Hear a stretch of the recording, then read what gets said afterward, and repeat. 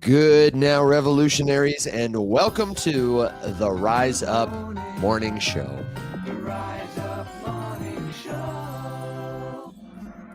It is your place for helpful Web3 news, commentary, answers to your crypto questions, and now it is the official home of the Rise Up Circle community too. We're not leaving TikTok.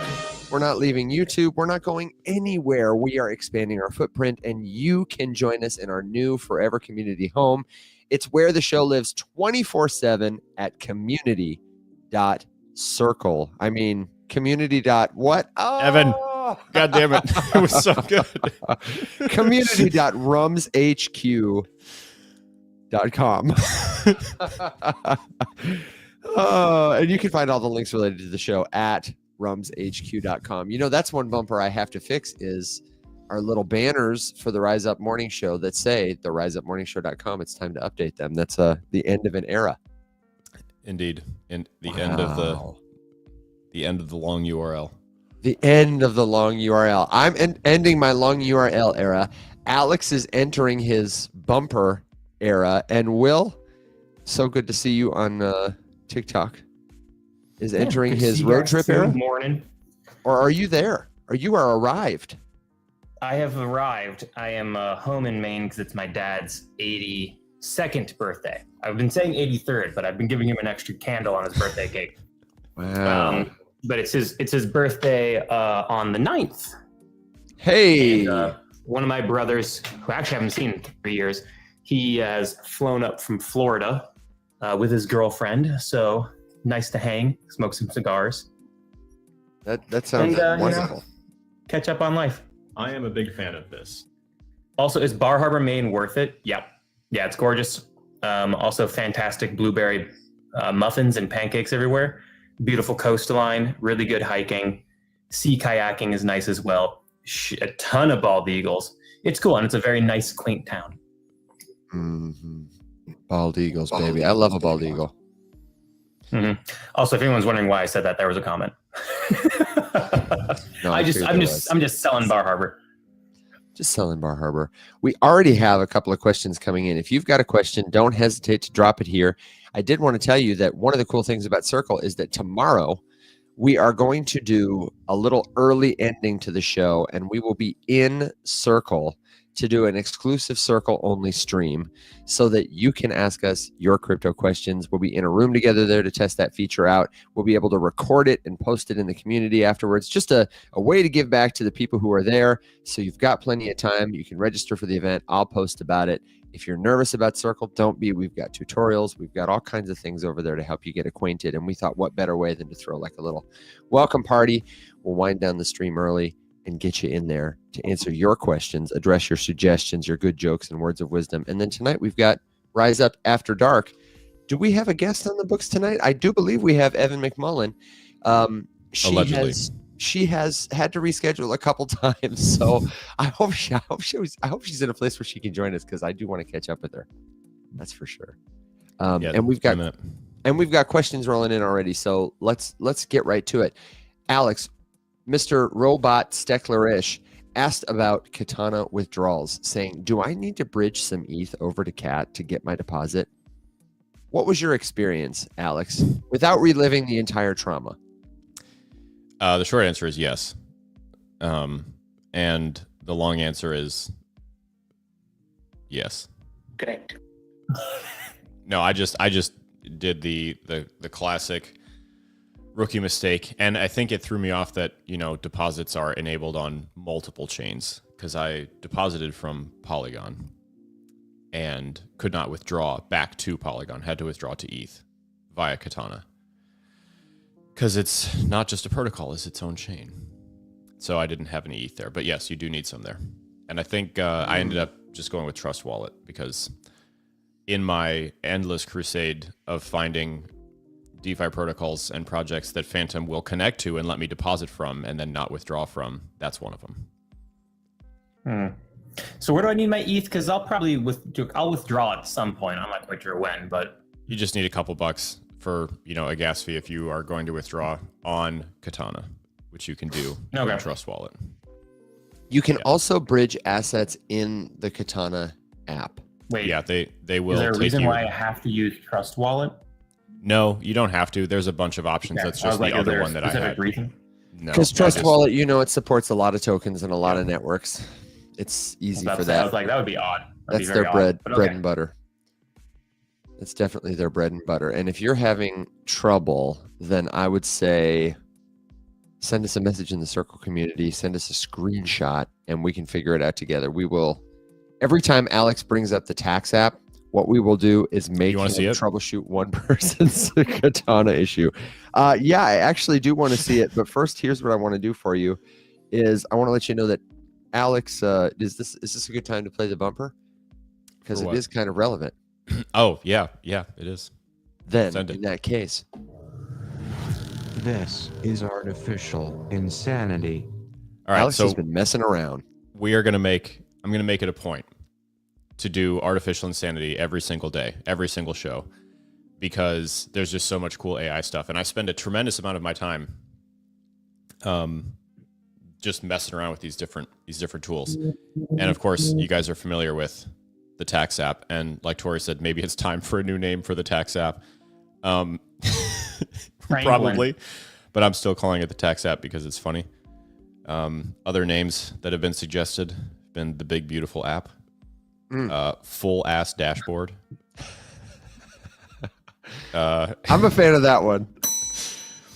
Whole bunch. I think right now I'm actually calling the project Blockchain Basecamp. Okay. Seem to. At least someone heard my name suggestion. Thank you, Tori. What did you say, Will? I didn't hear it. You might have. Franklin. I said Franklin. Shout out to the turtle.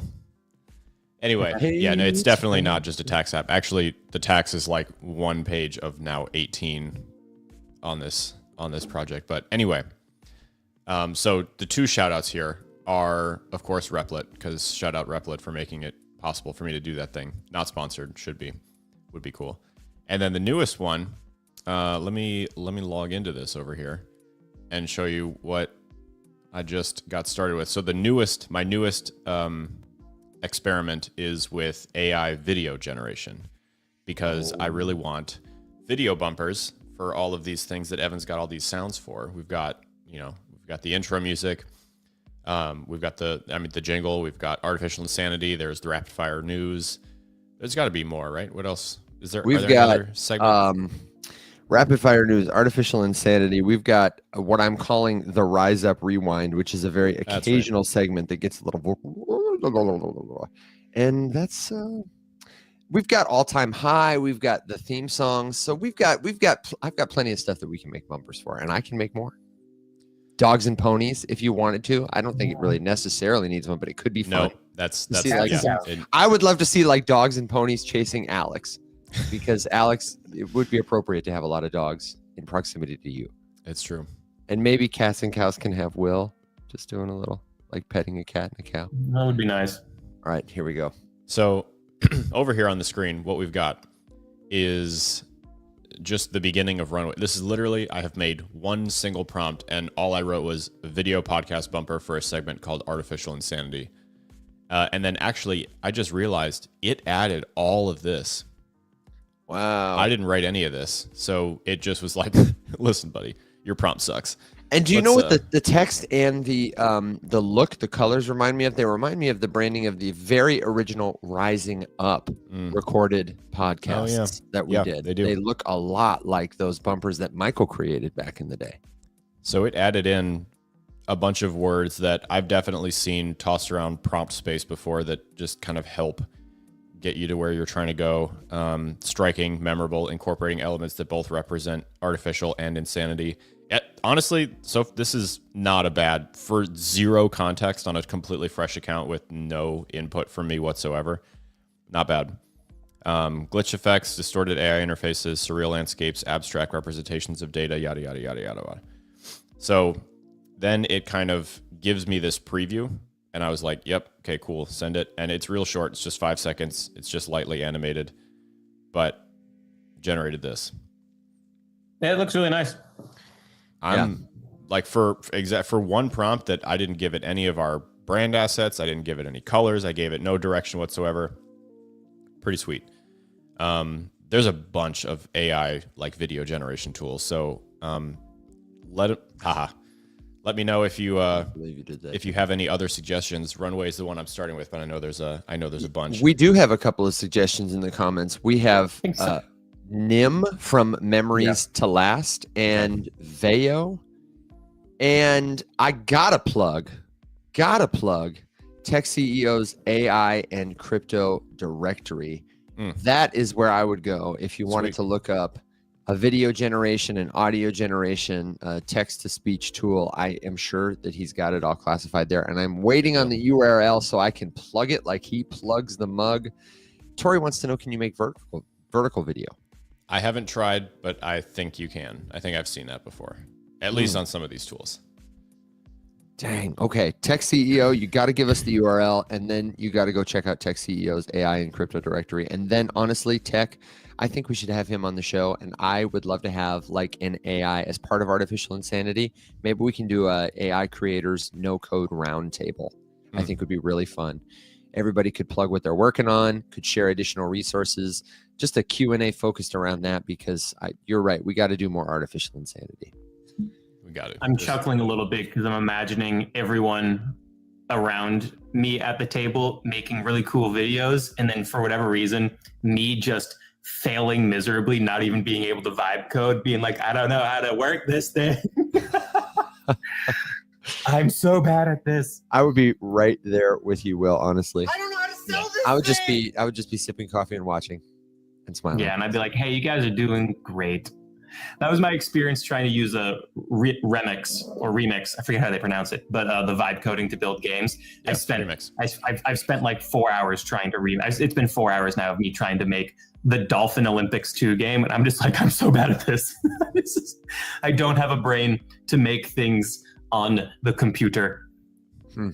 Listen, I also, I'm like Alex, when I get in the rabbit hole, but it takes me a minute to get in the rabbit hole. And I actually still, for all the times they've been on the show, I have not tried Remix yet. I need to do it. I mean, cool. It is fun. I was having a good time playing around with it.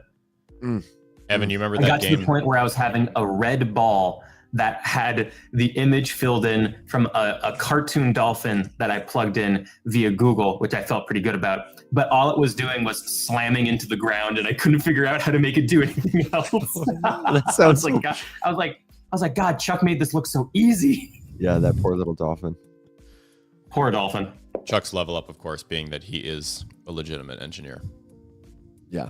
I don't understand. Details. Solom says, Will, you should make a dolphin game based on Subway Surfer. And Tech CEO says, Will, that's a winner. And Mike, of course, pointing out that building a dolphin game in the dolphin costume on a live stream would do numbers.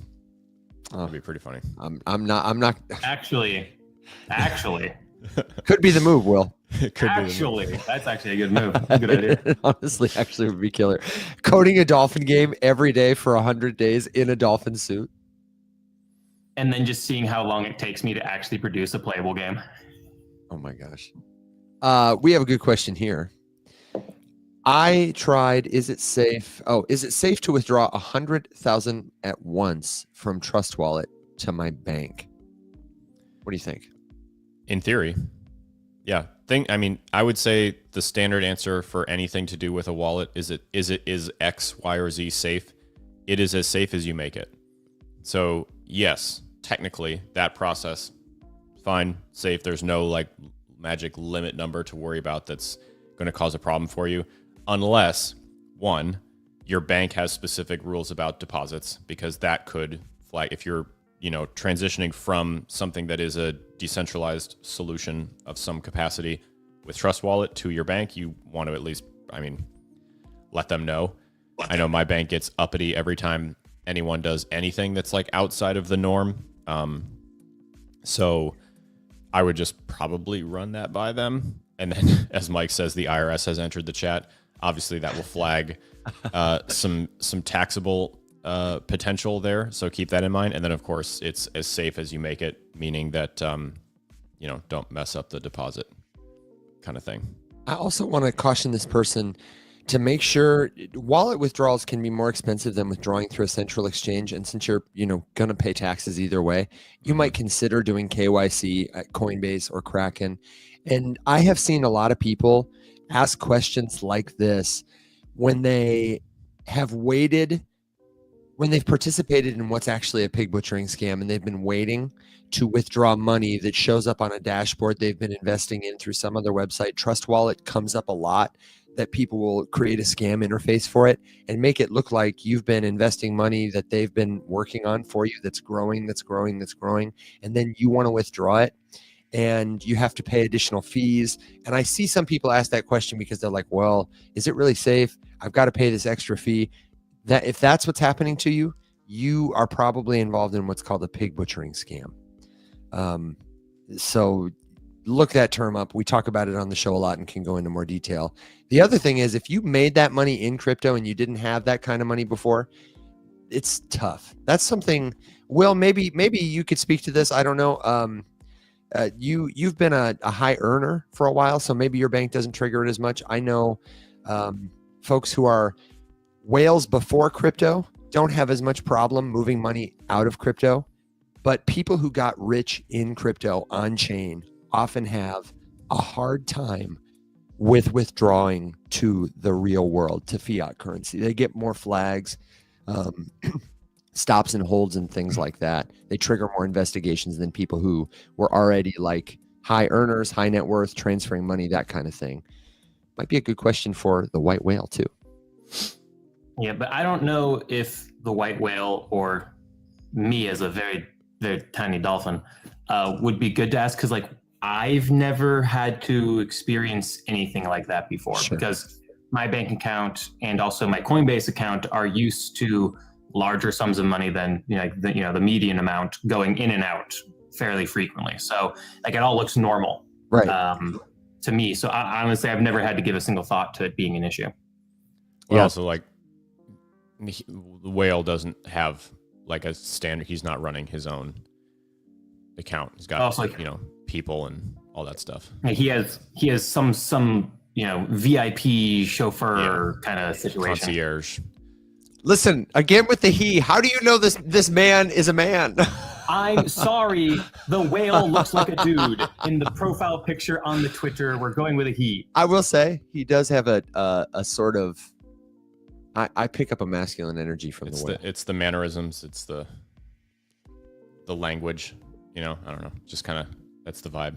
They're a Star Trek fan. I mean, we're in a pretty heavy dude focused fan base here. I'm just saying. There is a lot of really good chatter in the comments, and I really want to highlight our friend Solom, who is shouting out suggestions for your vibe coding dolphin game. He suggested the Rise Up Morning Show mug as a speed boosting power up, or the dolphin shouting out "Rise up" if he scores a point or something like that. I really think Solom, you might just have to be the one who gets the torch for the dolphin game, and then you got to come back to us. What I feel like should happen is I feel like we should go to Mike, who I still think of as Machiste, and just be like, always. Mike, help. At least I should just do that. Mike, help. Mike, help. Mike, help. But I did see one comment from somebody, and it's a good question because it can be confusing, but they were asking, like, hey, are there, and this is crypto specific, but it's true for all cryptos. They were saying, hey, is there more than one XRP with like different price points and stuff like that? And I'm just like, so the asset that you hear of, 9.5 times out of 10, there is only one of those cryptos. And if you want to verify what the crypto you're looking at is, you need to look at the token address for the crypto. So you can go to a site like CoinMarketCap.com, or you can go to a site like CoinGecko.com. And these are sites where, Evan's pulling up. These are sites where you can go and you can click on any cryptocurrency, and it'll pull up a bunch of information for it.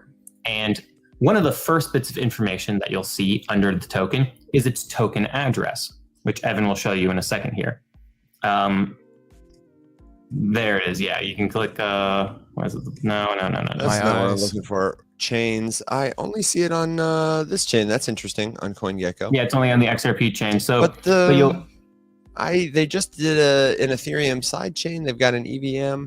I'm pretty sure it lives on multiple networks. I've had XRP on Base. That's really weird. CoinGecko. Is Okay. it not Yeah, wrapped? that is weird. Yeah, it's wrapped, but you would expect to see a contract for it here. Yeah, you'd expect to see a contract. Click on another crypto then. Yeah. Use this as an example. I'll just The go thing to is, these. there's just one XRP and one price for it. So if you go to ETH, go to the token address.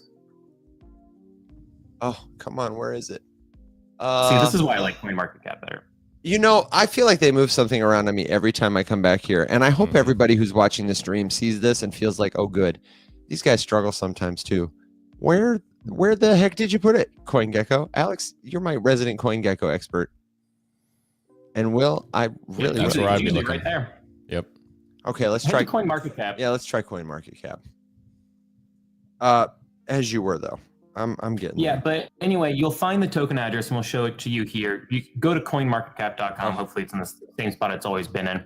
And you'll find the token address. It's going to be a long string of numbers and letters together. And you can copy that. And then if you are, looking to buy an asset on chain, take that token address and paste it into where it says to search for a coin. So instead of typing in the name for the coin, you post in the token address and you'll find the legit coin. Because there are a lot of, scammer pretender coins out there that are copycats that aren't real. They're scams or pump and dump copycat things. And here Evan has it. There's the token address. Yeah, you're So- looking for contracts if you go to CoinMarketCap on the left side. I keep saying token address, the contract. Me too. It is the and then- address, but Yeah. And then you'll be able to find it. And sometimes there'll be a coin, particularly in Ethereum, where it's like, hey, there's a token address on Ethereum mainnet. There's a token address on Base, and so on and so forth for the layer 2s. So if you are looking to do a swap in your Coinbase wallet, and you're looking to do a swap on Base, because it has cheaper fees, make sure you get the token address for Base. If you're doing the swap on Ethereum mainnet, make sure you're getting the token address for Ethereum. Sometimes for most coins, it's not that complicated, but sometimes there are other token addresses because they exist on other blockchains, but it's the same asset with the same price. Yeah. Hope that makes sense. And if you live in podcast land, you may not see on the screen that the token address for ETH on Base and Arbitrum is 0x, which I thought was just fantastic. Oh, that's wonderful. And one more time, this is coinmarketcap.com. The other site is CoinGecko, like the little lizard creature. Are geckos lizards or are they amphibians? Lizards. Are you They're sure? lizards. Okay. I'm Lizard. 100% sure. Lizard. They Lizard. are reptiles. Lizard. For some reason, Lizard, I thought geckos lizard, were Lizard. amphibians. Okay. You broke Good to Will. know. Lizard. Sorry, that's been my entire For You page. Lizard-like amphibians include things like newts and salamanders. Okay. Ah, the way you said salamanders was very calming. Salamanders. Yeah, it was nice. Okay, we've got a couple of questions in the comments that I am lost on. So if we missed your question, feel free to submit it again. There's a lot of good chatter in the chat today, and I did neglect to say that Wednesdays on the show is Web3 101 Wednesday. So if you've got a question that you feel ashamed to ask anywhere else, don't feel ashamed. There's no such thing as a stupid question here. I do know, Will, that you said you only had a little bit of time this morning, and it's getting to your time. So do you want to take it somewhere, or do you have a final thought or question that you'd like to explore with us before you got to go celebrate, Papa? Well, the thing is, unfortunately, today's a real heavy work day for me, so it's not a lot of celebrating. It's going to be me looking at my brother and my dad having fun on the patio, getting drunk and smoking cigars, while I'm just like on calls, just looking at them from the glass. And that's going to be that. But so this morning, I haven't had a chance to do an update on news or what was going on at all. What I will say is yesterday on crypto Twitter, at least, there was a lot of panic in the streets. I'm sure a lot of people felt panic because there was a dip in Bitcoin that resulted in a much bigger dip in altcoins, as it always happens, right? And a lot of people were like, "Oh my God, this is the end." I saw a lot of bear yelling. And guess what? The day ended up with a nice recovery. If you look at Bitcoin's daily chart, there's a nice wick on the bottom of yesterday's candle. That's a fairly good bullish sign coming off of the 55-day exponential moving average. Are we free and clear of any future selling? No, of course not. But we ended the day looking at that candle on the daily time frame with a little bit more of a bullish tint to it than a bearish tint, despite the candle being red. So a lot of panic yesterday ended up not really being for any reason. I say that, watch today and tonight, markets absolutely collapse, right? But the key level to get above from a TA standpoint is the mid-range of 115,000. If we can get above that and have a daily candle close above 115.3, 115.7K, then you have an opportunity for Bitcoin to start going up and challenge some highs again. So that's what we're looking at. If your position is down right now, dollar cost averaging is your friend. And in my personal opinion, do I know that the bottom was in? No. Do I think that there's a good enough chance that the bottom was in to the point where I'm still comfortable continuing to dollar cost average? Even if we dip lower, I don't think we have too much lower to go on things. That's my personal thoughts and opinions. But that's it. That's all I wanted to share. So you're telling me there's a chance? Beautiful. There's a chance, but we have no confirmation of anything just yet. I got it. Tech CEO said that he will cover you and party with your family. If you need him to, just let him know. Just shoot him a little DM. Okay. Oh, that sounded so sad. Well, I really appreciate you for making time to join us. Do you got to go now? Yeah, I should. Get the heck out of here then. Thank you very much. We will catch you on Rise Up After Dark tonight, ladies and gentlemen. Mr. William Watson. See you guys. Okay, we've got a couple more really good questions coming in. Someone said, question of the day, do you hold your tokens on an exchange or on Ledger? Alex, what do you think? I don't think there's necessarily a wrong answer. It kind of depends what you're comfortable with. But generally speaking, self-custody is better. Okay, what is self-custody and what is like the alternative? What is the spectrum of custody here? So custody just refers in this sense to, who has ultimate control over the assets. If your dollars are in a checking account, then your bank has custody of your dollars. And if they are under your mattress, then you have custody of them. Same is true for crypto, except in this sense, the bank would be the centralized exchange, the Kraken, the Coinbase, the Binance, the Crypto.com, the whatever. Or you could hold them in your own wallet, and there are varying degrees there as well. So you might think of like a hot wallet is a term gets tossed around a lot. Hot wallet referring to a wallet that is connected to the internet. You can custody them there. That gives you much more custodial control over the asset compared to holding on a centralized exchange, but there is still some risk in that you are connected to the internet. So if you have terrible internet safety practices, it's easy to get stolen from. Or you could take it a step further and store with something called cold storage, which just is cold, meaning not connected to the internet. And that would be like with your Arculus, your Ledger, your Trezor, your Elipal, your whatever. And that is a device that keeps the private keys, aka the special password that you need to send your crypto somewhere to prove that it's yours, that you have the authority to move it. That device stores those keys off the internet. Much harder to steal from. Still possible. If you write your seed phrase on a sticky note and put it on your desk, then of course anybody can, import that wallet and take the stuff and do whatever. But those are generally your three tiers of custody: custodial control to an exchange, a hot wallet, or a cold wallet. And honestly, like I said, there's not really a wrong answer. It's kind of whatever you feel comfortable with. I use all three every day. I have Bitcoin that is sitting on a cold wallet, and it will be there for as long as I can foresee. I have a hot wallet that I use for, DeFi stuff or experimenting or, trying this out, trying that out, doing whatever, just doing some trading. And then, of course, I have some stuff that just lives on a centralized exchange because I want to be able to quickly off-ramp and withdraw it to my bank if I need to. So it's, not a large amount, just like kind of some tossed around, keep a balance on the account kind of thing. Shout out to EQ Trades, who says, I use all three every day as well. It's a question of what is best, as always, for you. And the follow-up question is usually, which cold storage wallet, which wallet is best? And my answer is always the one from a reputable company that supports the networks and tokens you want to use, that you find easiest to use consistently, well, for the most part, yeah, writing your private key down on paper and putting it in a hole in the ground is technically more secure than storing it on a device that maybe you would need to charge or could plug into a weird outlet, right? But how inconvenient is that? Devices like this largely are the best combination of like convenience and security.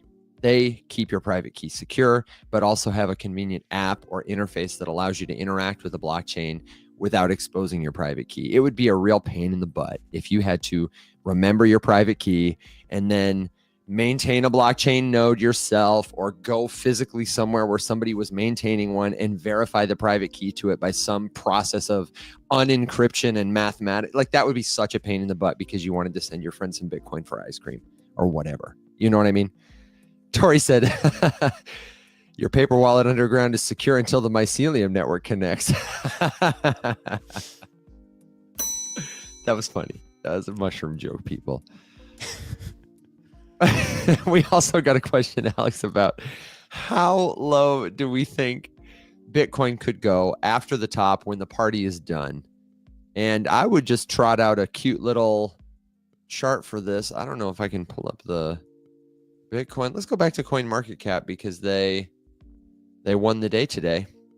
If I go to CoinMarketCap and I zoom out on all time, the short answer I would give you is, first of all, nobody knows. The short answer the 8-ball would give you is it's murky and black. That doesn't bode well. DCA always.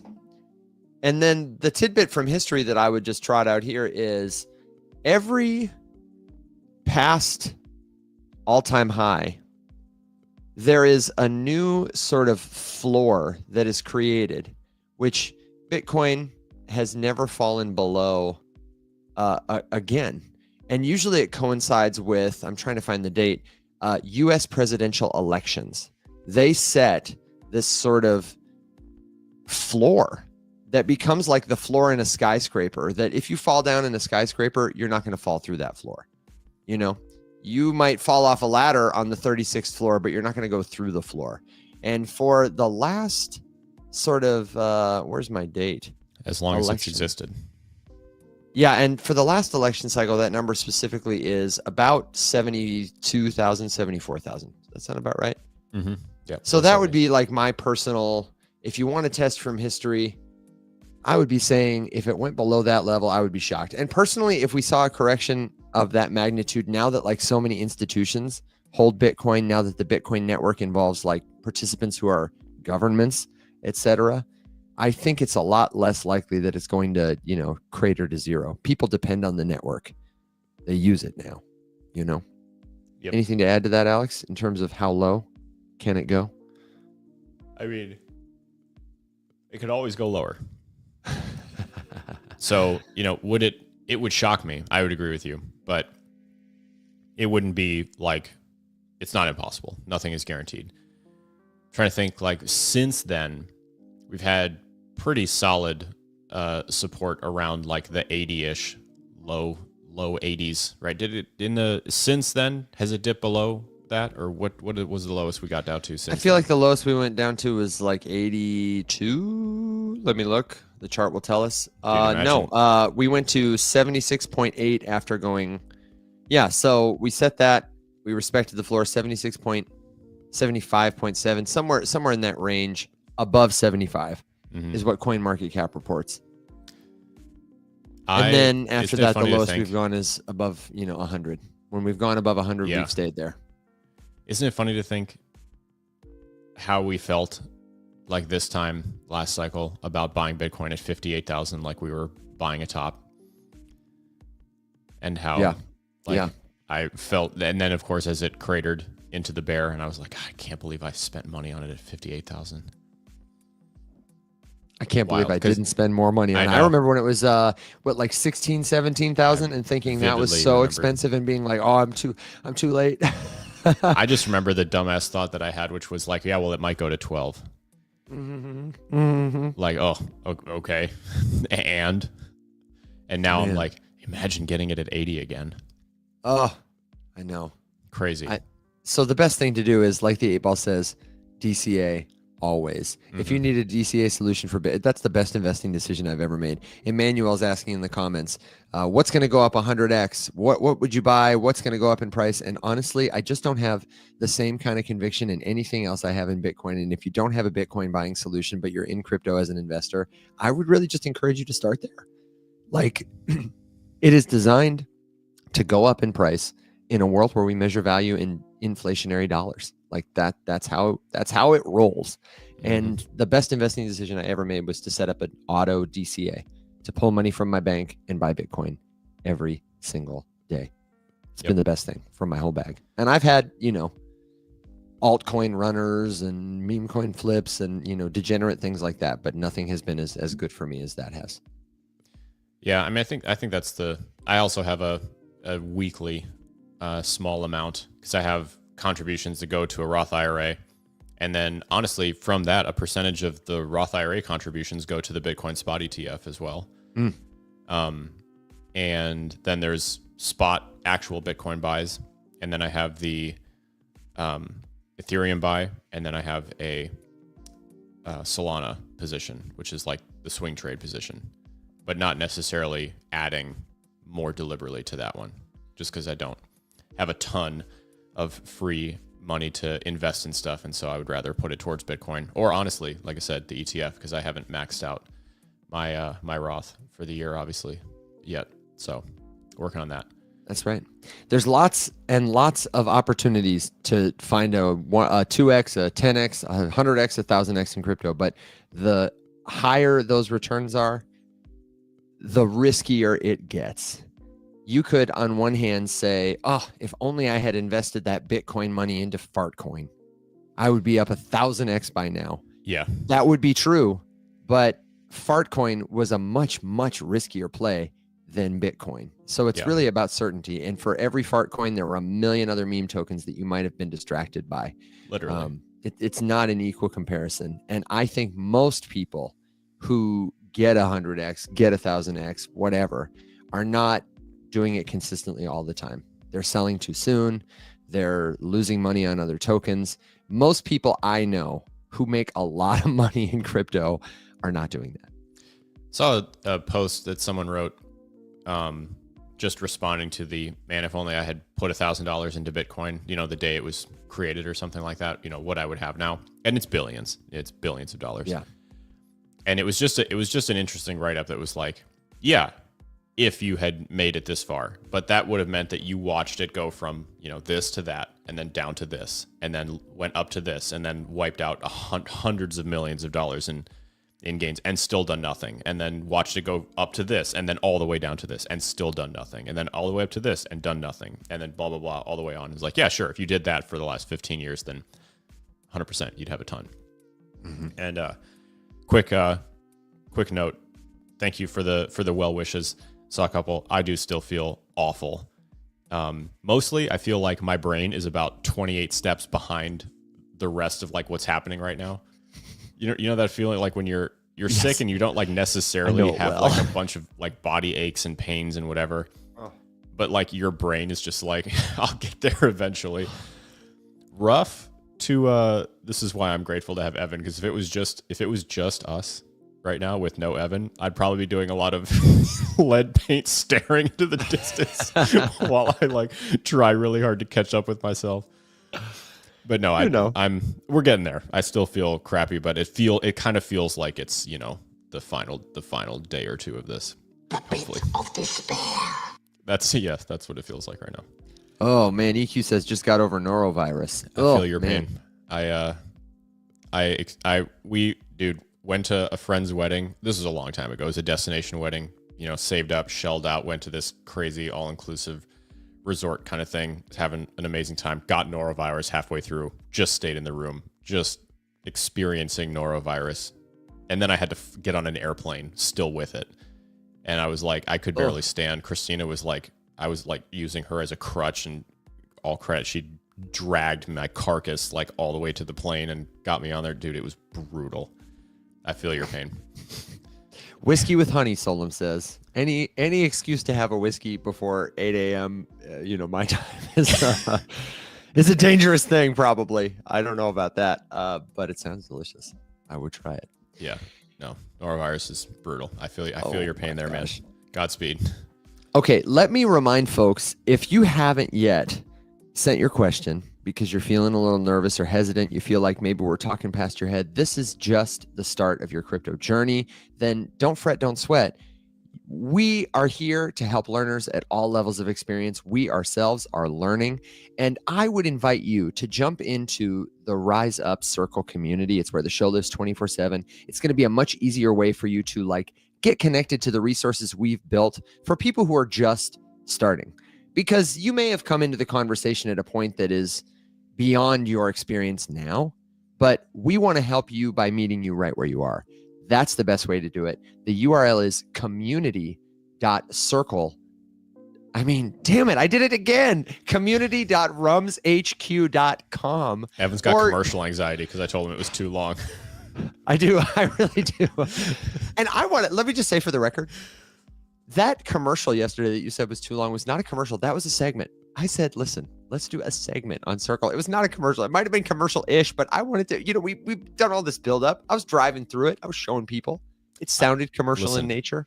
You get to do a whole segment on the tax app. I should get to do a segment on Circle. No. Listen. Damn it. Listen. You can do segments. And I love you, but that was not the only time that you've had a long-winded commercial. Listen, I get it. But that was not a commercial. My brief commercial to you now is just remember rumshq.com. Even when I mess up the other websites, that one will take you to a good link for the Circle community, to a good link for all of our socials.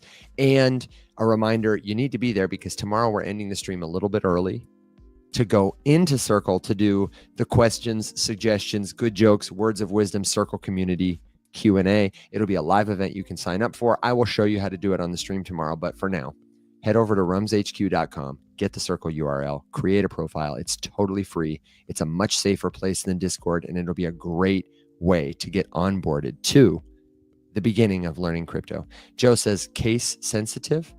Is she talking to us? Please type it in the chat. RUMS, RUMSHQ. Like Rise Up Morning Show Headquarters, rumshq.com. Bye-bye. I couldn't get to my soundboard fast enough. Legend has it that if you type that URL in, you'll hear the gong. Oh, yeah, absolutely. The gong from Keith. I took the gong off my soundboard because I just wasn't getting enough play, but... That's your fault. It is my fault. Okay. If you got a question, this is your place for it. Web3 101 Wednesday. Thoughts on DeFi yield farming versus leverage swing day trading? Those are a couple of options. I think they're both probably pretty time intensive. I think they can be. I think farming is an apt word because like a farmer has to check his crops, check the weather, adjust the dirt, pray for rain. The DeFi yield farmer also has to prepare the seeds, the soil, harvest, those kind of things. But it can be set to be, some people just scatter seeds in their yard and call it good. You can do that with DeFi yield farming. I would absolutely say leverage swing trading is much more. I don't know many people who aren't paying attention to their leverage trades for sure all the time. I mean, it's one of those things that, like, again, it's kind of a spectrum, right? It will take as much time as you give it. Yeah. And it depends on who you are. Job. Yeah. Because, I mean, like, I swing trade on spot very infrequently. Maybe 2 things a week, maybe, if there's, like, crazy ups and downs. But in general, I don't really pay much attention to it. I don't look at chart. I wake up and I check the price in the morning, and then I decide, like, oh, okay, well, is it doing something worth paying attention to? No, but otherwise it's like if I see everyone on Twitter having a heart attack, then I'm like, okay, maybe I should go look and see what it's doing. Austin says I would say I'm pretty hands off. He hasn't tried DeFi yet. I would say I feel like it depends on your background and experience too. If you are used to like trading stocks and commodities, then maybe leverage trading is going to feel more intuitive and easier to you. And it also depends on your strategy. I have it on good authority that the white whale finds it a better use of their time to do leverage swing trading because they are considering crypto trading to be like a job for them. And they don't find it as of the moment as profitable to be parking their tokens in a DeFi yield farm where they might earn, in a safer farm, 10 to 20% on a good opportunity that they've got to like manage and babysit when they could go earn, 1x their initial investment in an afternoon on leverage platform or something. And it really depends on what the market's doing too, I would say. If the market is like way down in the dumps and there's not a lot of activity happening, maybe it's not going to be a good time to trade. I mean, I think that's one of those things too, because you could totally just lose everything. So if you were going to start, I agree with that. If you were going to start leverage trading, let's do the setup. I'll tell people, if you were going to start leverage trading or swing trading, first you need to learn how to trade.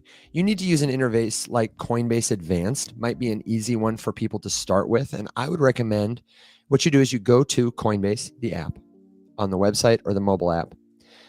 You'll go to your settings and you'll toggle Coinbase Advanced on. This just unlocks a new feature set that will allow you to place different kinds of orders. For example, you should learn to place a limit order, which is not like buying a token or selling it right now. It's like specifying a price in the future at which you would like to execute a buy or sell order and have it done automatically for you. This is the first step. Then you would want to practice what is called a stop loss, which is a type of order that specifies if the price changes to a certain level, your order will go off the books. You will sell your position, cancel your order in order to stop yourself from losing money. You would want to familiarize yourself with some of the jargon like long, short, options, put, if you're doing it for stocks. And then I would look up, I don't think Coinbase has perpetuals live yet, but I imagine they will come to Coinbase Advanced soon. The platform I would recommend you start on if you can access it is KuCoin. I think their user interface is a little intimidating. Another good one would be MEXC, but it also requires KYC that a lot of like US based people can't pass. I don't know if Elio is still here. If EQ Trades is still here, I would welcome his recommendations. And it's definitely something we could ask the white whale about. But I would learn those skills first. You should learn a limit order, stop loss. You should learn what margin is, cross margin, and you should experiment with a small amount. Most people I know who do this professionally recommend you don't do this with more than like 1% of your crypto portfolio. So try those steps, come back with questions. That's your homework. Alex is going to give you your homework if you want to become a DeFi yield farmer. What are my next steps, Farmer Alex? So first, in general, like what are we talking about when we say yield farming? In the world of DeFi being decentralized finance, there is one of many strategies that you can use, referred to as yield farming, which is just sort of a catch-all term for finding ways that you can earn interest on things that you hold. And there are a ton. So I would, here, I'll throw this up on the screen share here really quick while I'm yapping. My brain is not with it enough to do two things at the same time, so bear with me here. Dude, mine, I'm struggling. I'm typing a reply to a comment while I'm getting your screen share ready, and right there with you, man. Okay, so if you're looking to get started with a bunch of stuff that you can kind of read and begin to understand a little bit deeper in the world of DeFi, this website is the best one, far and away. This is DeFiLllama.com. Llama like the animal, 2 L's. And they have this little handy dandy spot over here on the side, so called yields, whole piece on their sidebar menu. Come over here and it's going to start off with everything. As you can see, it's tracking 14,497 different pools. Get to that in a second. Over 491 different protocols. Get to that in a second. On 111 different blockchains. So that's crazy. But you can search by anything. So I always like to use USDC as an example because it's the easiest way, in my opinion, to get started, because you don't have to also expose yourself to the volatility of a cryptocurrency. You can use a stablecoin. And in answer to the question from Lucian, yes, this is being recorded, and the whole thing will be on YouTube after, including the screen share that I'm doing in much higher quality, because it's In fact, it's live on YouTube right now. It is live. Just on search YouTube. the Rise Up Morning Show on YouTube and you'll find us. I have to say, I watched all of Market Watch on my TV in the living room. Hey, it was great. It was awesome. Man, all right. 10 out of 10. Okay. So back to the yields. You can see here that it sorts all of these things into a whole bunch of different. So these are all pools. So if you go just across the top, here's the name of the pool. The word pool in this sense, you can just think of it like a spot. It's a place. It's a single thing. It's a smart contract that is designed to temporarily hold certain types of assets for the purpose of also holding or reassigning ownership of them to different people who interact with it. Thank you. That was very well said. I know you're fogging, so I'm trying. It's my small contribution. Dude, it's rough. It's rough. Luckily, I've said this so many times that I mostly have it memorized. Which is great. It's a good segment. It's smooth. Hop over one column into the project column, and now all of these are links. The pools are all links as well, but these are all links so you can chase down and follow into the specific project or protocol. Protocol just is a fancy word for project. And then project is just like kind of the name of the brand or the company that's hosting this particular thing. So in this instance, let's just use this top one as an example. You have a USDC pool on Maple Finance. Maple Finance is a DeFi protocol on Ethereum. So underneath chain, it'll have a logo for which chain this pool is currently on. So this is the ETH pool on Maple. There's over $2 billion of money sitting in this pool, which is a lot. Yeah, and they have a crazy APY. Yeah, 9.15% with a base of 6.95. So to me, this means that you're getting a little bit. You're getting 6.95% APY, annual percentage yield, on your USDC, your dollars. That's a pretty good interest rate. Your average high yield savings account, for comparison, is about 4%. And then there's also a little bit of an extra APY tapped onto the top with their native token. Obviously, Maple has a token. They want people to have it and use it, so they give it away to people who supply USDC to their platform. So you can basically think about this like a high yield savings account, but the crypto version. So you would have a wallet. You would put USDC in that wallet. You would connect that wallet to Maple, and you would deposit some of that USDC, or all of it, or whatever you want, into this pool, and you would start earning just about 7% interest. And, well, you'd be earning 9%. Well, because you'd get the bonus in Maple tokens. You'd get the bonus in Maple token. Yes, you'd be earning. So if you put $100 in, you'd get $6.95 of dollars back, and then $2.20 in Maple token, which may go up or down in value over time. Yeah, you'll notice that you can see it right here too on the side. They have a little 30-day APY chart. So these interest rates fluctuate and change every day, depending on how much money is in the pool, how many people are using it. These are often borrowing and lending protocols, meaning that you can supply the money to be lent, or you could go there and you could take out a loan. So there was a comment, this is kind of like a bank. It's kind of like a bank in practice. The difference is that you're running your own money. And the money that gets generated from other people using your money, instead of just going to Jamie Dimon, goes mostly back to you. So you might have a savings account with Bank of America or Chase or whoever you use, and they might pay you a less than 1%.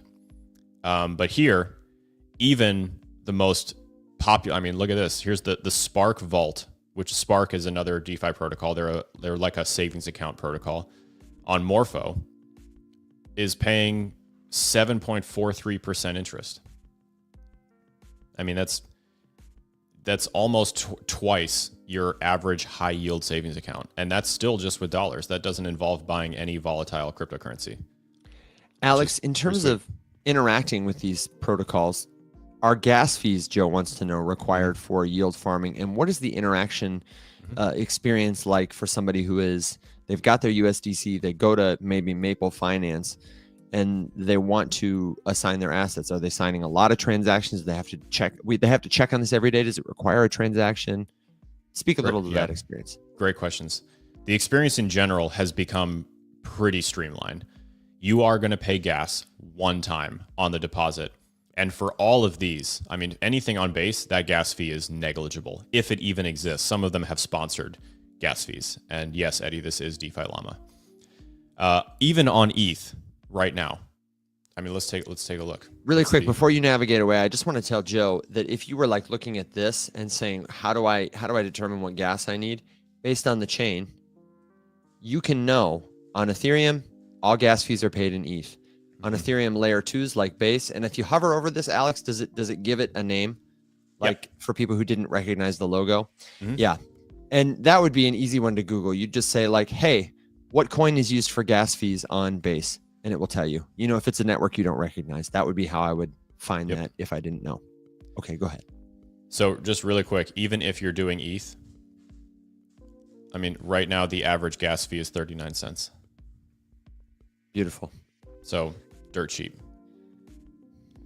So while Alex migrates over, let me answer this question from Neil because it's a good one. How is the interest rate sustainable? What mechanism funds it? It is funded by the fees that people pay who are using this service, any of these services. And usually the service that is provided is lending, borrowing. It might be an insurance protocol. And you would aggregate that amount of fees that people pay when they say swap their USDC for another token on Maple. And those go to the people who are providing this liquidity. It is sustainable if the protocol is actively used, if people rely on it over time. That's why Aave, which many people consider like the first bank of DeFi, it's used every day, all the time, trusted by, you know, billions and billions of dollars in liquidity, continues to be a sustainable yield farming protocol because people use it and pay fees for using it to facilitate swaps of money in and out of one currency from another. Thank you. You're welcome. Are you going to show me one of those dashboards? Yes. And because I know you got to go in a second. Joe need to get had another really good question just about like choosing. Joe, can you do me a huge favor? Can you send me just like in our DM thread, can you send me all of those questions that you added, because every single one of those is a good like video prompt, and I don't want to forget it as I'm sitting here in brain fog. So like the question, you know, how do you choose? Which one would you use? There are so many options. There are a ton of options. I am much more conservative when it comes to picking something like this. I want as little risk as possible. So I'm going to sort by APY, and I'm going to start with the one that has the highest interest rate. And then I'm just going to go look and see which platform or protocol that is and how I feel about it. And then I'm going to, for a borrowing and lending protocol, specifically, kind of the ones we're looking at, those are like your bread and butter. That's like the most basic, simple form of DeFi. You are giving a protocol temporary use of some of your cryptocurrency for them to execute their day-to-day services, and they're going to pay you an interest rate in return for doing that, depending on how many people are using it, like Evan just explained. So I want to know how much money is on that platform. How do I feel about the sanctity and the security of that platform? Maple is a good example. They have billions of dollars. Spark, billions of dollars. Morpho, billions of dollars. Aave, billions upon billions upon billions of dollars. I'm kind of like, I want the platform to have $1 billion plus in TVL for me to feel warm and fuzzy about it. That's not a requirement. And there are plenty that I'm sure are totally fine less than that. That's kind of my rule of thumb. Wherever you're comfy, that's where I would go. And then just remember that from here, you can click on any of these and go look and see, you know, what else do they offer. So here we can see that they have two different pools. They have a USDC pool and a USDT pool. You can tell that the USDC pool is way more popular. There's 2 billion versus 160 million. And then if I wanted to learn more about Maple, I would just go over here to, where is the protocols, projects? I think we can probably just search for it. A general reminder, if this is your first time listening in podcast land, hello, we hope your candles are green. If you want to see the screen share for this visual intensive episode, you can check us out on YouTube by searching The Rise Up Morning Show. This episode will be in the Rise Up Morning Show playlist. It'll be right at the top, or just look for episode 349. Perfect. So you can just go to the search bar and just type Maple, and then you're looking for Maple Finance. You can see total value locked across their entire platform, 3.082 billion. That's a lot. I also judge everyone based on, I think, their capacity to stay operational. So I want to know how much money they're making, and DeFi Llama will show you that as well. Again, not sponsored by DeFi Llama, and it won't be because they're free. And all this is free. It doesn't even require an account to look at this. It's crazy. You can come down here and you can see what their earnings are, what their incentives, what their revenue is. So they're making millions of dollars a year. Compared to their fees, that's, something. You can also see that recently, by that I mean since kind of March this year, their TVL has just exploded. You can see here they deployed version 2 back in December of 2022, and then, of course, that was the deep throes of the bear. It was pretty quiet the whole time till we get into 2024, and then we kind of start to ramp up. And then end of the year, end of 2024, we get our first big spike, and then since then, it's just been off to the races. Yeah. But you can do this for anything. I mean, look up Morpho. That's another popular borrowing and lending protocol. And here we go. They have almost $10 billion on their platform. They're making a ton of money. They're generating $150 million in fees every single year. You could look up Spark. Spark is another borrowing and lending protocol, 8.1 billion. And Alex, can you just, before you close this segment, can you go to overview? Because I want people to understand where they would get a basis for comparison. Mm-hmm. This is like the homepage, the dashboard, and scroll down just a little bit. One of the features is it will show you the top protocols by any of these metrics. And like Alex said, these are all sortable. So Aave, I called them the first bank of DeFi. That's because they've got $59 billion of TVL in a world where the whole DeFi space has a couple $100 billion. So that lets you know that this is the stick that we're measuring everything else by. Mm-hmm. If you want to know what's a reasonable interest rate, you might go to Aave to see some of their pools, some of their interest rates to get a baseline for comparison. And on down the list for each and every one of these different categories. That would be where I would start to familiarize yourself, because it can be hard. Is $1 million a lot? Is $1 billion a lot? I don't know. Is 5% a lot? Is 10% a lot? What's risky? What's not?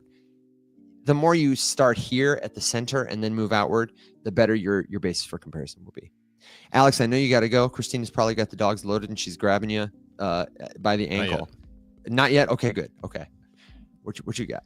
So yeah, I would just end by saying that this site, in answer to Lucian's question, you're not depositing anything on DeFi Llama. This is just an educational resource where you can read about all these different things and you can see the numbers and start to kind of piece it together and build a strategy.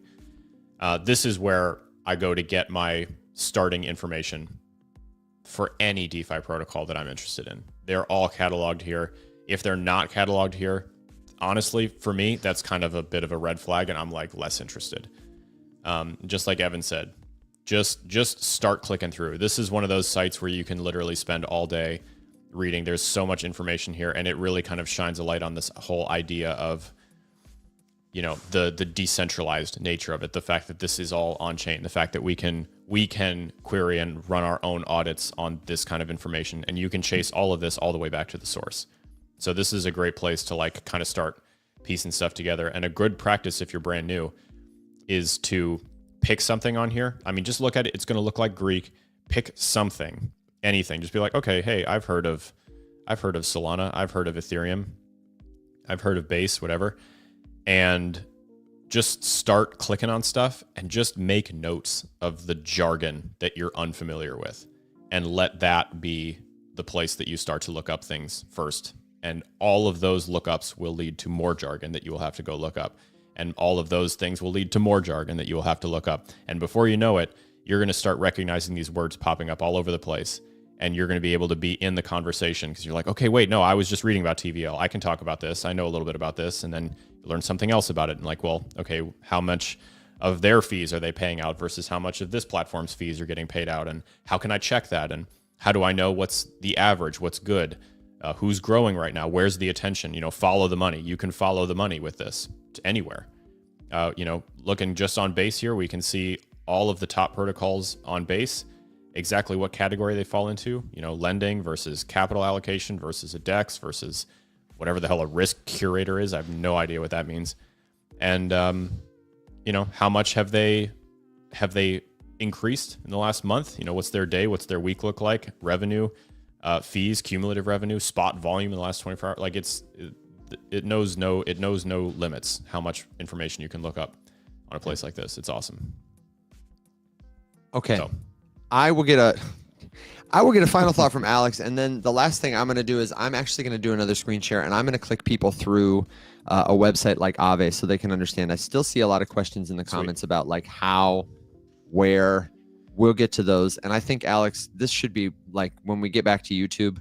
Now that we've got Circle up, this might be the video we start with. We're going to take you through DeFi Llama, through yield farming. You've never done it before. Start to finish. I think a good one would be like a start to finish process. Like I have $100 and it is in my checking account and I want to put it on Aave. And there's a lot of steps. There's a lot of steps in between there. It's getting better, but we're still early. And by that, I mean, it still kind of sucks. Is that your final thought, my friend? That's my final thought. It's early. It still kind of sucks, but those of you who are here and paying attention now, you are so far ahead of the curve. It's not even funny. Even if by here paying attention, you mean like you just discovered this for the very first time and you're like, I don't know what any of this means. You're still ahead of the curve. So early. Yep. So early. Okay. Well, as Alex rides his literal dogs off into the sunset, we'll see you a little later, Alex, after Farewell. dark tonight. See you guys. And I will give my final thoughts in just a second. This is a reminder to put your last minute questions, suggestions, good jokes, words of wisdom below. Leave them here. We will talk a little about yield farming in just a second. But first, let me remind you, Rums, RUMSHQ.com. That is the place you go. You scroll down a little bit, you will find a link, a beautiful link. Believe me, it's the best link. I know links. They're so great. RumsHQ.com is the place you go to find the link to the new Rise Up Circle community. That is where I want you to go. If you're engaged this episode, you're asking questions, it's totally free. And what you will see looks like this. For everybody who needs a little screen share, hold tight.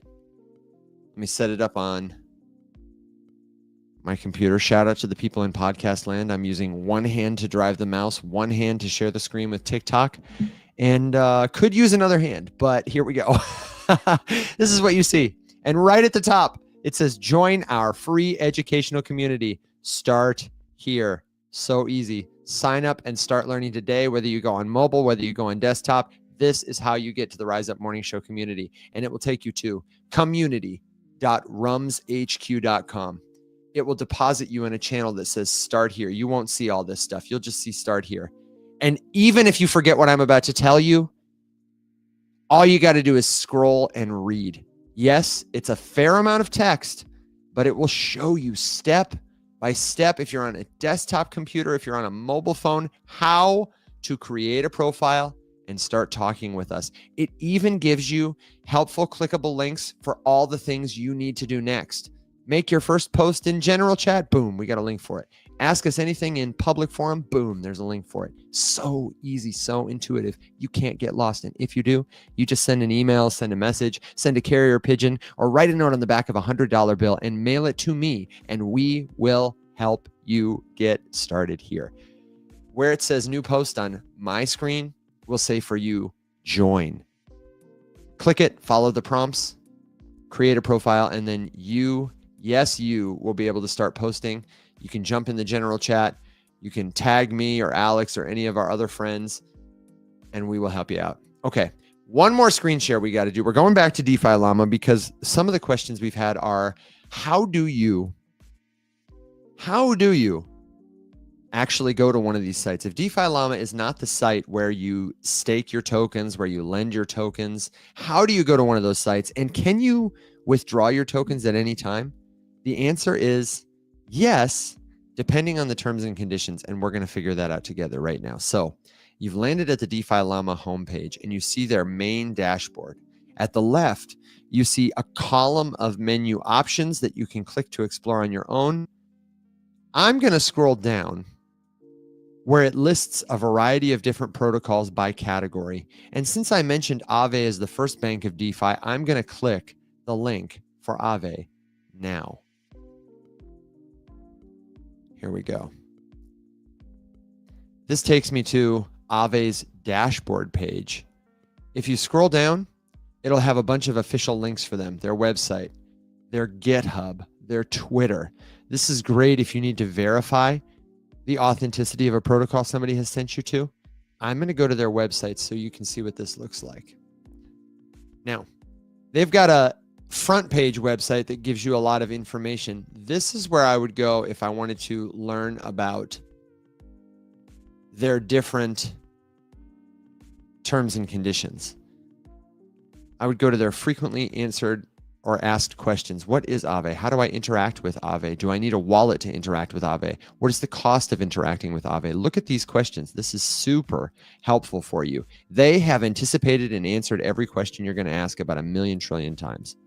Can I try Aave without using actual funds? What are the risks involved in using Aave? It will tell you what those risks are, like smart contract risk, network risk, collateral risk.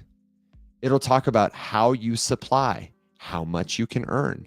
Are there limitations to supplying? Where are supplied tokens stored? These are such great questions to start asking. How do I borrow? How much can I borrow? Why would I borrow instead of selling my assets? Oh my God, what a great, great question. Aave.com. It's spelled like AAVE.com. But I would really encourage you to go there through DeFiLlama.com because that's going to help you get used to the DeFi Llama dashboard. And in case you forgot, when you go to DeFiLlama.com, whether you're on mobile or web, if you just scroll down a little bit, there's a list of protocols, and Aave is the one we picked because it's going to be right at the very top.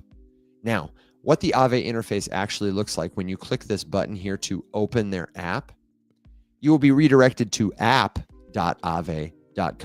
And not all the features and functionality are going to work for me because I will need to connect a wallet. And I don't know that I'll be able to do it with one hand while I'm sharing the screen. Oh, come on, Aave. Look at that. Let's try this. Let's hit wait, but let's open it in an incognito window. For the people in podcast land, we are encountering the spinning wheel of death that tells me my computer doesn't want to open it. But incognito mode does. Hey, here we go. Hold tight. Here comes a screen share. Hi. All right. Let's take a look. Aave. Beautiful. Now, over on Aave. Oh, that's the wrong one. Too many tabs open, people. This is what the app looks like. And a lot of DeFi apps will look like this, where you lend. Oh, Control-Shift-N. Thank you, Tech CEO. He had it on speed dial. Don't tell me how you learned that shortcut. Hey, he doesn't have to be doing anything untoward. Privacy is a fundamental human right, people. Get your minds out of the gutter. I would encourage you to spend time here clicking around, but this is going to feel very similar to a lot of different stuff. What are you supposed to do when you get here? You see the core instance V3. What the heck is this? Total market size. It's showing me the names of some cryptocurrency tokens. Oh my gosh, what's going on here? Okay. The first thing you would want to do is connect a wallet.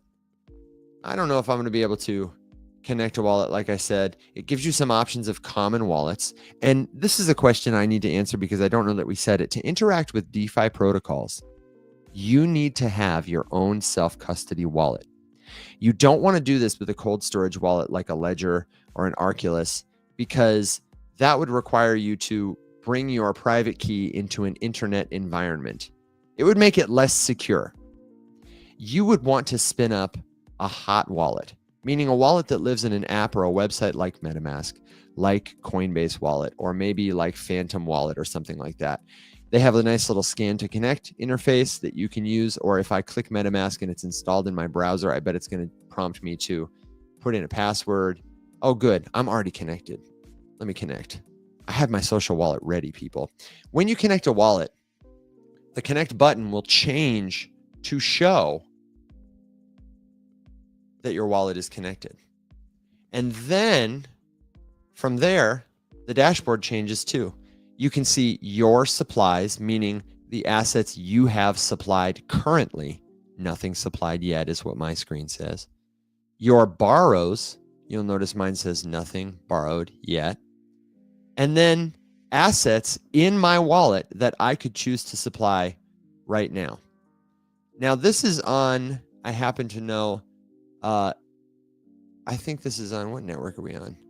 I think we're on Base right now, because this looks like the balances that I have on Base. I don't have, diddly squat happening over here. But I would change that by clicking here. Oh, that's interesting. It says it's my ETH. I don't think that's quite right. I think it's showing me a different, oh, no, it's not. It's showing me ETH. I only have $5 on ETH. But you could change the network here. You could participate in lending or borrowing on Aave on all these different networks. The reason you might choose one network over another is because maybe you already have assets there, or maybe you would want to partake in a certain opportunity that you saw in DeFi Llama. Here's how you use them together. You're going to look up a pool on DeFi Llama. You're going to see, oh man, Aave's got a lending pool on Base that's a 10% APY. Ethereum's got one that's 5%. I'd rather lend to that 10% pool. So you might need to be on Base network. You might want to enjoy the cheaper fees on the layer 2 network like Base than on Ethereum mainnet. And the way you can think about the difference there is that the mainnet is more expensive because it's facilitating more business. It handles and settles everything on top of it. Base, it's like a skyscraper in a city. It's easy to get from the barbershop to the grocery store in a skyscraper. You just walk up or down some stairs. If you're dealing with an entire city like New York, for example, you might have to go from one side of Brooklyn to the other side of Manhattan. That's an expensive journey. Ethereum is like that. Now, here are the assets that I can supply.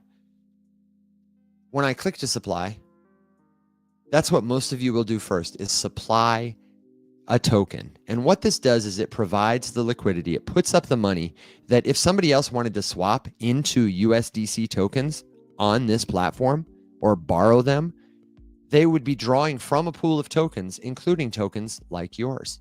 You would enter the amount. What have I got? $5. Here we go, $5. The supply APY is 4.21%. This is the approximate gas fee I'm going to pay. I'm going to click to approve USDC. I'm going to be prompted to confirm it in my wallet. This is another important thing that you'll learn. What approvals look like and what they are asking you for. Many people sign bad approvals unknowingly.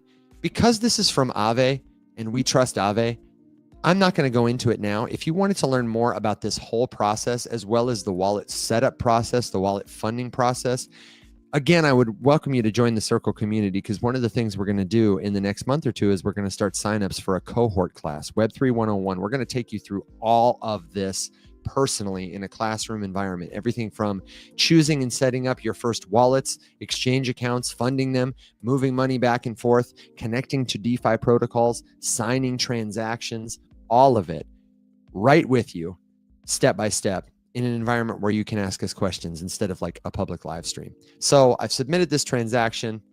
Now I just got to wait. Joe asked a question earlier about whether or not we would have to pay gas fees. These are the kinds of fees that are required that you must pay when you interact with a ledger called a blockchain. All of these networks like Ethereum, like Bitcoin, like Base, like Solana, like Ripple Network, which you might recognize for its token XRP. They are literally many computers joined together running the code of a particular blockchain. So the blockchain itself is Bitcoin. Then there's the blockchain protocol, which is the Bitcoin code that all these computers, we call them nodes, run to facilitate the function of letting anyone with an internet connection interact with them to send information that in the case of Bitcoin represents money. In the case of like Aave, what we're doing here is all these people's computers, these volunteers, they run the Ethereum code, which many people have built applications on top of, so that folks like you and I can interact with other pieces of code. These other pieces of code, all they do is they facilitate ownership. This piece of computer code allows someone like me with my own wallet and private key to temporarily reassign assets like USDC to them to use to give to borrowers, give to lenders. And what actually literally happens on the back end when I choose to supply this token is I am temporarily granting the reassignment of it. I will click supply USDC.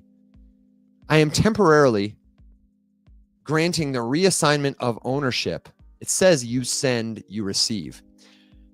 Sending in this case means I am going to confirm, I'm going to present my private key to verify the temporary reassignment of 5 USDC to this contract I'm interacting with.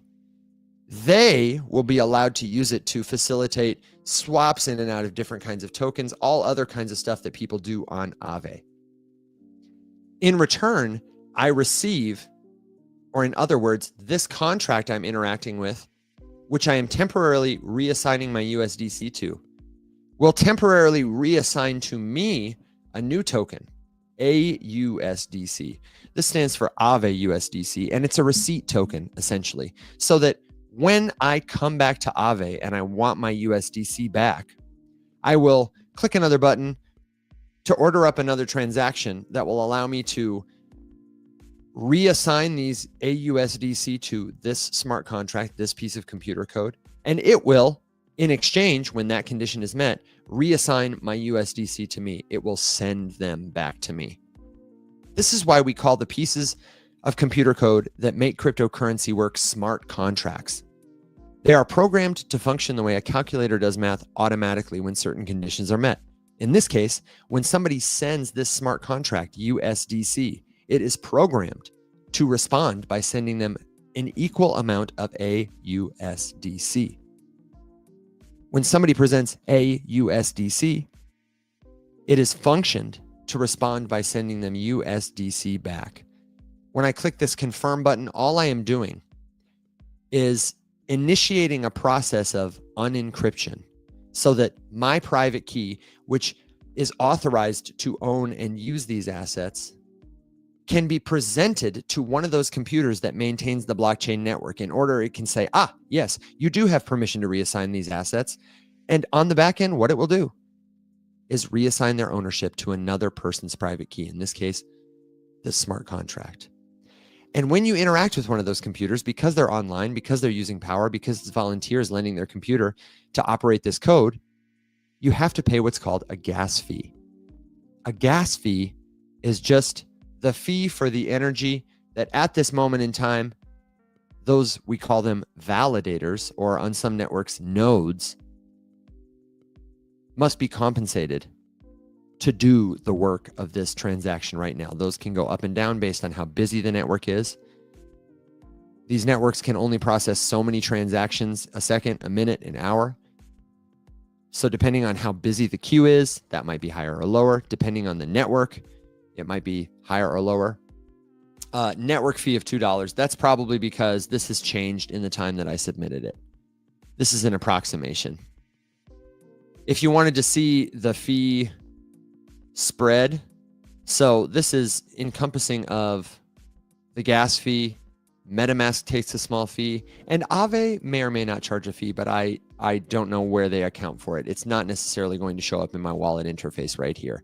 If I wanted to see that, I might go to this button right here and click I. And the other place I would go to see this, see, this is just an estimation. My wallet will set the price of the transaction, and you can modify your gas settings directly from your wallet. You would go to a website called the Blockchain Explorer. If I click this transaction, and in fact, I'll do it. Why not? Do I have enough ETH to pay for gas on this? Yeah, I do. Okay. We're going to confirm it. It'll take about 12 seconds. My transaction was submitted. Now, I have the option to view transaction. Nothing has technically happened except this computer has pinged a computer running the Ethereum protocol to facilitate this transfer of ownership, okay?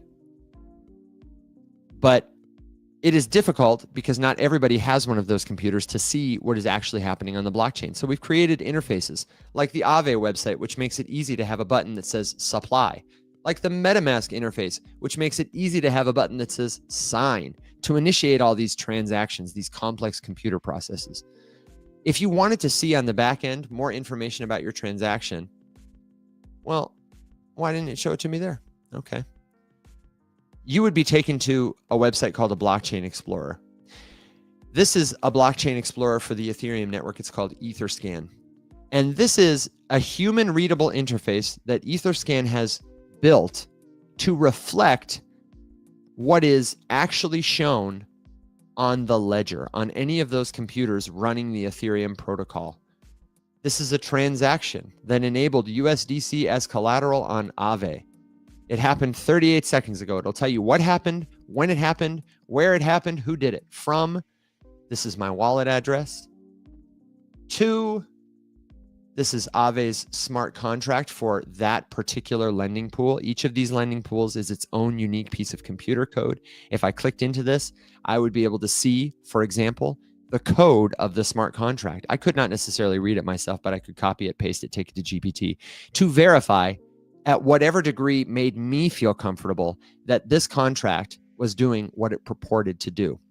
We often say that crypto is verifiable, and this is because all of this information is out there for anyone who knows how to look it up.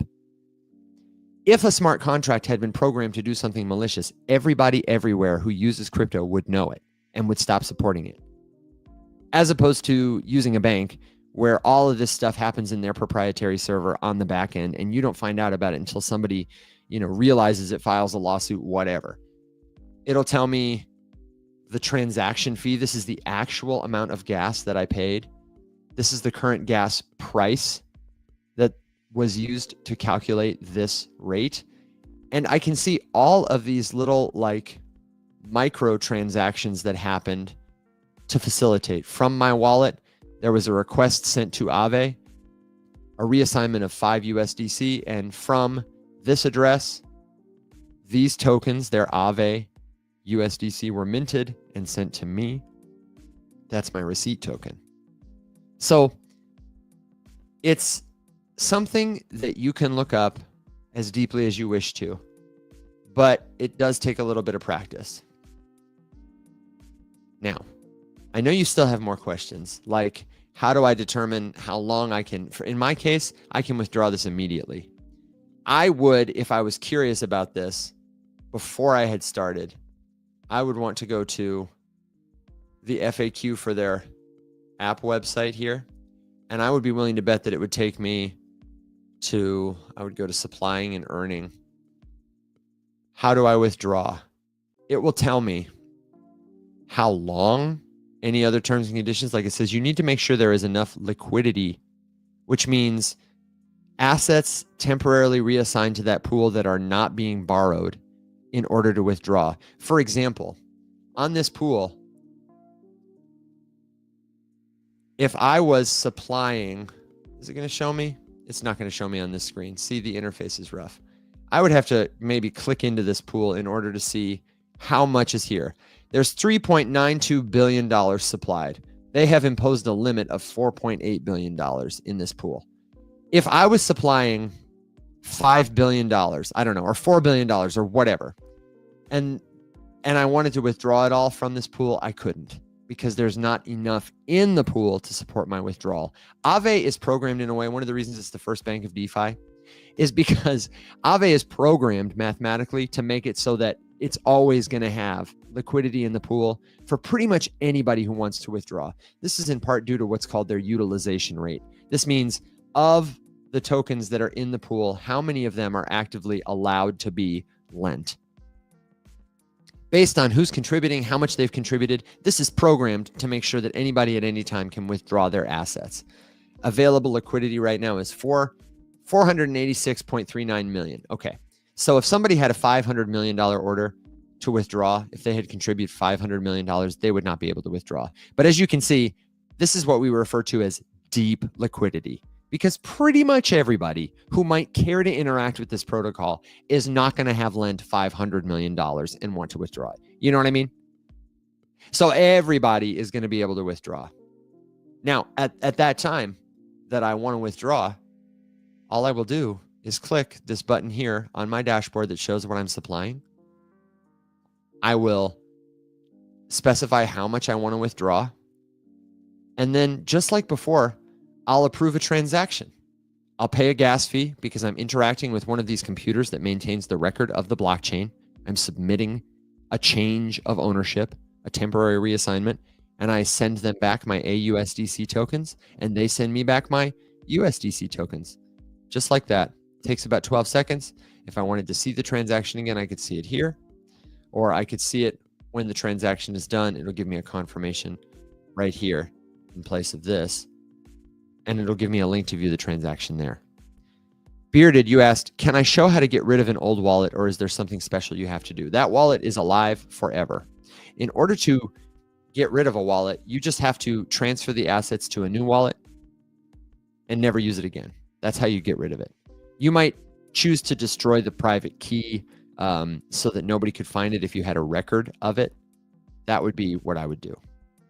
What would drive the liquidity pool to go down? If people withdrew the funds they were supplying. If everybody in that pool did what I just did. They interacted with the smart contract to temporarily reassign assets like USDC in the case of this pool to the smart contract that manages the pool. If everybody did what I just did and initiated a withdrawal of what they had supplied, that would drive the liquidity down. You can think of it like a cup of water. When I come to Aave to lend my money, I am dumping it into a literal pool. You know, I had $5 and I'm dumping $5 of water into a pool of $4 billion of tokens. Okay. Dumping a cup of water in. When I walk by, I want to get my stuff back. I'm going to dip my cup in the pool, and that's hardly going to make a change to the water. But if you're Daddy Warbucks and you've got a dump truck with a bucket on the front and you dump water into the pool, that's going to make a big wave. And when you want to take water out of the pool, that's going to make a big wave. If everybody who had poured their cups into the pool, all however many of us there are, came by at the same time and dipped our cups in and pulled out, there might be a risk that the guy who came with his dump truck, if he came at the end of the line, might not be able to get enough water to fill his barrel. Bearded says, did that say you made 0.00002 in the few seconds you had it in there? Yes. This is one of the cool things about the technology that makes cryptocurrency possible. Right now, you've got monthly fees for everything. Rent. Whoa. People in podcast land didn't see it, but my phone just took a tumble. Sorry, guys. I didn't drop you because I don't love you. I just tumbled. Yes, Bearded. Everything you pay for right now is like a monthly fee, a yearly fee, right? When all you want to do is like watch one movie on Netflix. If you know your bank payments, your job pays you 2 times a week, that's totally arbitrary. We can send an email in an instant. You can send 1 billion emails in an instant because it's the internet. The technology that makes cryptocurrency possible will make it possible for you to, instead of getting paid out once every week from your bank when Sally, who maintains the ledger, manually checks it and updates the computer, it replaces all those people with computer code that can function autonomously according to its programming. So you never need to pay it. It doesn't get tired. It doesn't make a sloppy mistake. And it can work pretty much instantly in real time. In the case of my rewards are accruing and being distributed to me second by second by second. For your rent or your paycheck or your Netflix, instead of waiting every 2 weeks to collect a payday, when we have paydays on crypto rails, your company, McDonald's or whoever, will have a smart contract. You will have a private key that you are assigned. Probably they'll have their own blockchain. And as you work and your work is verified, they will stream money to you second by second. So instead of making $10 an hour, you will make, 2 pennies a second. I don't know what the math breaks down to. I actually think that would be better than $10 an hour probably. But you will make that rate second by second by second, so that if you quit right on the spot, or I don't know, you run over a customer with a company car or whatever, and you do something to terminate your contract, it can end immediately. If they do something like you're earning overtime, you don't have to wait for someone to approve it. The contract enforces it. Instead of paying a monthly fee to Netflix, you are going to log into their platform, present your card, and they're going to start streaming money from you for the duration of time you use their services. 0.01, 1 cent a second or something like that, 1 cent a minute for a movie. And then when you're done, you'll get charged. That's how the technology that makes cryptocurrency work is facilitating that payment to me. It verifies the time that my assets have been used by the protocol, and therefore it's able to stream second by second the rewards. Really good questions. And so many more questions I hope you have. That's the best thing about this stuff is as you learn, you get more questions, you start to ask better questions, and this is just the beginning. That's DeFi yield farming, step by step in a nutshell. But you, my friends, can go so much further. Is that Zebec network? Yeah, Zebec does streaming payments. If you are interested in streaming payments, one I would encourage you to check out is Sablier. Sablier has been around for, I think, 6 years they've been live. And they're sort of the OG payment streamer. They're used by most crypto natives. And Zebec is trying to be cross-chain, doing a lot of stuff. They're building infrastructure, but Sablier exists now. You can use it. I have some friends who tokenized an apartment here in Memphis, and they put the terms and conditions of rent and the rent itself into escrow in a smart contract so that it could be streamed to the landlord in real time. And so that if the landlord violated terms and conditions, then the rent would be reverted to the payer without the need for a lawsuit or a knock on the door or anything like that. Sablier, Sablier. It's got some of the best smart contracts in the business, and I would bet dollars to donuts that Zebec forked their smart contracts to start building their protocol. I would bet just about anything that the people who built Zebec are deeply familiar with Sablier and probably use some of its code to build what they're providing now. Sablier, Sablier. And no, there's not like a standard APR. I would say, generally speaking, single-digit percentages are pretty reasonable, depending on the DeFi service you're providing and depending on the protocol you're lending to. If I'm a new protocol, I'm going to give you a higher APR. Why? Because I need your money. Aave will give you a lower APR because they don't need your money. They're well established. They've already got a ton of liquidity. Their literal business is getting money from you to facilitate their financial services. Anybody could put that money up themselves, but why take the risk when you can just pay people a little bit of the fees you charge in order to get them to put their money up? That's the business model that DeFi companies are running. It's exactly what banks do. But the thing they're improving on is they're taking out the CEO who's got a hefty paycheck. They're taking out the electric bill in terms of like a physical building. They're taking out the need to have a physical vault to custody the assets, a Brinks truck, all these expensive things, employees that make mistakes. They're replacing that with computer code. They are still charging fees for the provision of their services.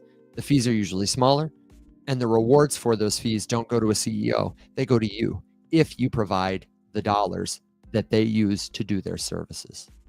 So the yield varies, but new banks, new protocols, they want to incentivize liquidity. They need money to do their job. So they're going to give you a higher APY, APR, whatever. And the last question I'll take right now is Joe was asking about bonus yield. Alex showed us earlier on DeFi Llama what it looked like when somebody was providing liquidity and where'd it go? Let's show it one more time.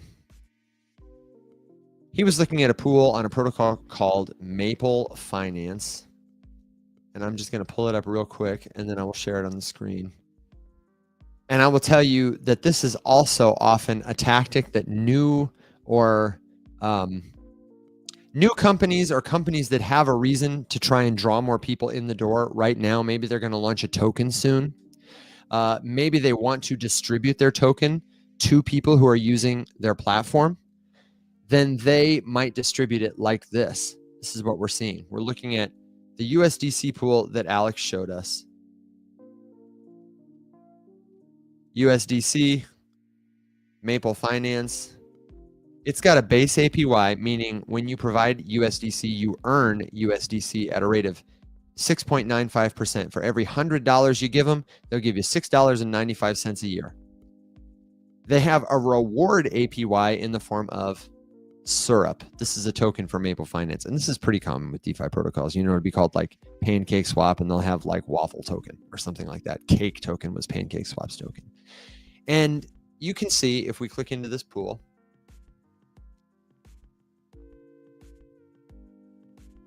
the yield changing over time. They're probably sharing those tokens as bonus yield for two reasons. Reason number one is because it looks a lot better to say I'm giving you 9% APY than saying I'm giving you 7% APY, right? That's more enticing to borrowers, to suppliers, excuse me. So it gets them to the front page of DeFi Llama faster, where they can get more liquidity. The second reason is because while USDC is the token they are getting from you and the token people are paying their fees in, Syrup, because it's their token, it's more or less free for them to distribute. Like they created that token out of thin air. Just like Ethereum or Bitcoin or US dollars are created out of thin air by somebody who arbitrarily decides to print them. What gives them value is people are using this protocol and they are speculating on the price of this token's value. The only way to get Syrup tokens is to earn them by by lending to a pool like this, or to buy them from somebody who already has them. So if you get them for providing USDC, then you're gonna want to sell them. If you buy them, it's because most of these DeFi protocols, they have a native token because they use it to provide all the liquidity everywhere else. Like at the end of the day in their system, most of these tokens settle to Syrup. More than USDC, more to ETH. Same thing for Aave. Almost everything they do settles on Aave. Why? Because they have a large supply of it, because they coded it themselves and they allocated themselves of a supply. Because they use it as a governance token, which means that the people who hold it can make decisions about what happens on their protocol. So people might want to buy it for that reason. They might want to accumulate it for that reason. And over time, therefore, if the protocol accumulates value, the token will accumulate value. You might want to participate in lending to this pool if you want to make a bet on the future of Maple Finance, whose token is Syrup, because this is a way that you can accumulate some of that token as bonus APY on top of your USDC. For somebody who doesn't believe in the future of Syrup, that bonus yield might be a reason not to lend to this pool. You might only want a pool that gives you rewards in USDC. I hope that helps. This has been a really dense topic, and it's something that Alex and Will and I will continue to talk about. We've talked about a lot of other places. If you want a resource for this, the place I recommend you go right now is to rumshq.com. We've got a course there. If you click on the top left corner of our website, it looks like this, rumshq.com. You'll open a little menu. Classes and digital downloads. We've got a self-paced recorded course called How to DeFi. You can get it now. It's $49.99. It comes with the recording of the class, a PDF guide, a bunch of notes, and in the email you'll get all kinds of instructions about how to join the Circle community and keep learning with us. The real hack, if you want to know, is to go to Circle first. Go back to Rums HQ. Is to go to Circle first and then sign up for a premium trial. You get it 10 days free and you get discounts on everything. You can get that course for $19. Sign up for the trial, buy the course, then cancel it. I won't be sad. But premium is a way to get all kinds of stuff for free and discounted access to everything else. And if you sign up for premium, like Tech CEO says, we're going to give you a Rise Up Morning Show mug totally free. How about that? You can't beat it. It's the deal of the century. Mugs. And I'll give you a hug too. Mugs and hugs, baby, at the riseupmorningshow.com, rumshq.com. That's where you need to go.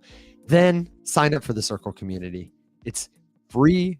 It's easy to join. You can unlock premium membership there. And tomorrow we are going to end this stream early to go do a Circle exclusive stream for the folks who are over there to make it a tighter knit room, to teach you some of the features, to give you a chance to ask us your questions.